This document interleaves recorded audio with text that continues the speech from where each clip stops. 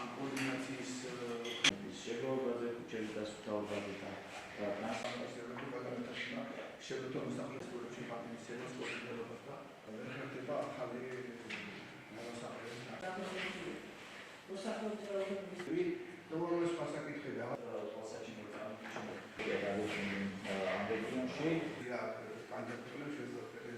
მყარი ნარჩენების მართვა არის მნიშვნელოვანი გამოწვევა ჩვენი ქვეყნისთვის.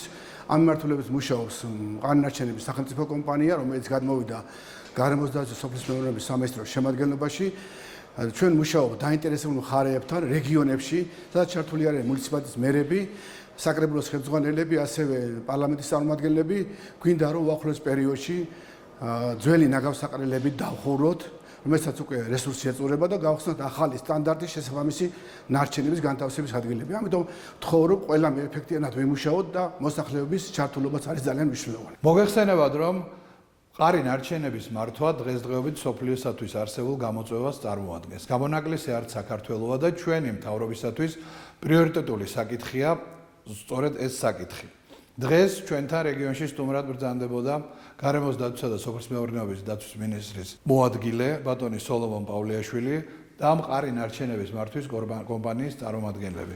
მათთან და რეგიონში არსებული მუნიციპალიტეტის მერებთან ერთად განვიხილეთ ძველი ნაგავსაყრელების დახურვისა და ახალი არასახიფათო ნარჩენების განთავსების ობიექტისთვის ლოკაციის შერჩევის საკითხები.